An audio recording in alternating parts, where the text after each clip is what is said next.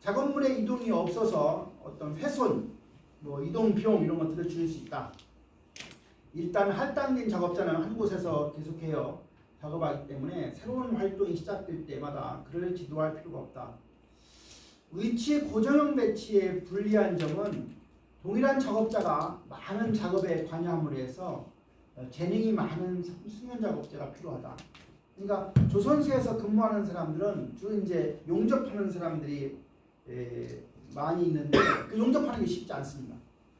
작업 배의 형태에 따라 그렇고 그걸 이제 고난도로 그러니까 대개 이런 위치 고정 배치에서 근무하는 사람들의 대개 숙련 노동자가 많아요. 아까 제품별 배치에서 근무하는 사람들은 숙련도가 낮은 사람들이에요.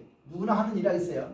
현대자동차가 일하는 거 일주일만 배우면 누구든지 한다. 그러나 논산 공업사에서 무슨 공작기계 만들고 하는 사람들은 쉽게 안 되는 사람. 학력은 낮아도 오랜 동안의 어떤 도제 방식을 통해서 숙련도가 높은 사람. 그래서 위치 고정 배치에서 근무하는 사람들도 되게 숙련 작업자가 많고요. 작업자 설비 이동에 따라서 비용도 높고 설비 이용률도 이제 낮은 게 일반적인 특징입니다. 그래서 위치 고정 배치의 그림인데요.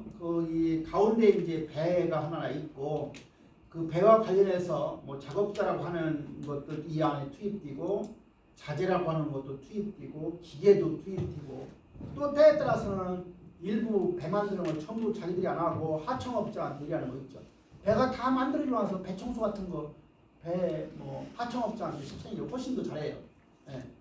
하청업자한테 시키면 밤낮 없이 엄청 잘합니다. 네. 그래서 위치 고정 배치의 지금 그림을 보여주는 그림이고요.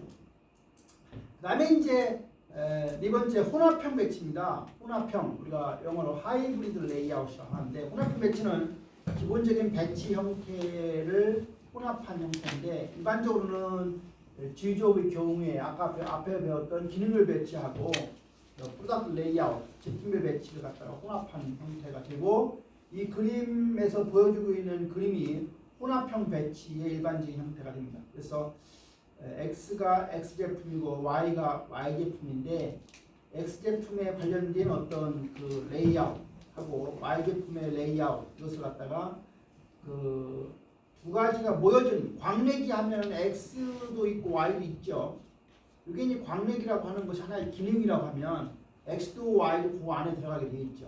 그러면서 X 제품이 흘러가는 라인과 Y 제품이 흘러가는 라인이 달라지면서 그 안에서의 같은 공정은 또 같이 이루어지는 것을 보았기 때문에 이런 우리가 혼합형 배치라고 말합니다. 그 다음에 이제 나오는 개념이 그 셀루라 배치인데 셀루라 배치를 하기 위한 기술이 그룹 테크놀로지. 그룹 테크놀로지. 근데 이제 한국 사람으로서 자랑스럽게 생각해야 될 것은 펜실베니아 스테이트 대학의 한민영이라고 하는 박사가 있는데 이 한민영 박사가 이 세계에서 가장 그 그룹 테크놀로지의 대가입니다. 그룹 테크놀로지 대가. 그래서 제가 그 언젠가 그룹 테크놀로지 관련된 그 논문을 수백 편을 카피를 하다 보니까 전부 한민영 박사의 논문이에요. 그래서 이 세계에서 가장 그 그룹 테크놀로지에 대한 저명한 학자가 우리나라 사람이었고요. 이 그룹 테크놀로지는 기능별 배치를 사용하는 다품종 소량 생산 형태의 문제점과 관련되어서 나온 개념인데 생산해야 할 제품의 종류가 많고 생산량과 납기가 다양한 경우에 이런 그룹 테크놀로지 기술을 이용하게 된다. 어떤 소재라고 하는 것부터 시작해서 제품까지의 변환 과정이 복잡하고 생산 프로세스가 각 제품에 따라서 다른 경우 그런 다양한 제품에 대한 수요의 동적성 때문에 설비의 과부족이 생기기 쉬운 경우 주문품의 규격 변경에 기인하는 프로세스의 계획이나 복잡한 제품 재료 흐름 때문에 어떤 일정 스케줄링 하는 게 어렵고 정확한 정보의 부족으로 작업 견적을 세우기가 어려운 경우에 그러한 문제를 해결하기 등장하는 게 결국은 이제 이 방법이다. 그래서 우리가 이 셀루라 배치는 어떤 배치냐면 앞에서 배웠던 제품별 배치의 장점하고 기능별 배치의 장점 이것을 두 개를 믹스해서 다양한 품목을 수량 생산하면서 자재의 운반이나 대기 시간 이런 것들을 줄여서 효율성을 갖다가 높이려고 하는 개념이 바로 그룹 테크놀로지를 활용한 셀룰라 배치다. 그룹 테크놀로지를 위해서는 우리가 뭘 해야 되냐면 부품을 분류를 해야 돼. 그래서 부품 분류 코드 시스템을 개발하는 문제가 하나 등장하고, 또 한 가지는 부품들을 부품군으로 묶는 그룹핑하는 문제가 있고요. 그렇게 해서 제조의 하나의 셀을 갖다가 배치하는 문제를 해결할 수 있도록 하는 방법이 바로 이 방법입니다. 따라서 여기서 그룹 테크놀로지, 집단 기술이라고 하는 것은 다양한 부품들을 형태나 치수나 재질이나 또 프로세스, 경로나 또는 설비 등의 유사성, 동질성이죠. 유사한 거, 거의 같은 거, 이런 거에 따라서 그룹핑하는 기법이 바로 그룹 테크놀로지 기술이다.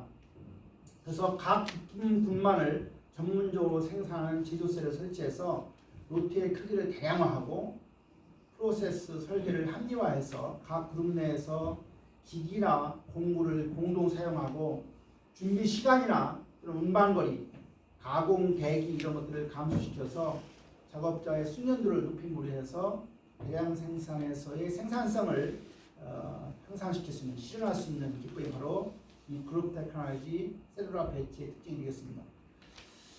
그래서 그림에서 보면 첫 번째는 그룹핑을 하지 않는 그림을 보여주고 있는 거예요.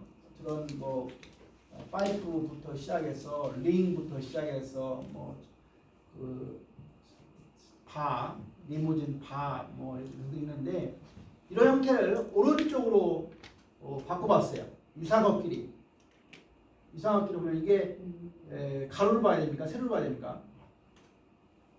가로로 봐야 돼요? 세로로 봐야 돼요? 뭘로 봐야 돼요? 세로로 봐야죠. 세로로 보면 저게 유사성이 있다는 거예요. 저 끄트머리 거 유사성 있는 게 보여요? 어떻게 끄트머리에 왜 지금 여기에 이걸 하나를 이쪽에다 놓고 하나를 이쪽에다 놨을까요? 이게 유사성 있어요? 어떤 유사성이 있어요? 여러분, 철판이라고 하는 게 이렇게 있으면 철판 하나가 다 만드는 거죠. 이거 철판 하나 구부린 거 만드는 거지, 이거요? 예? 이거 구부린 거죠? 방향이. 이거 어떻게 된 거예요? 마른 거죠. 그러니까 요 세 가지는 유사성이 있는 거예요. 유사성이.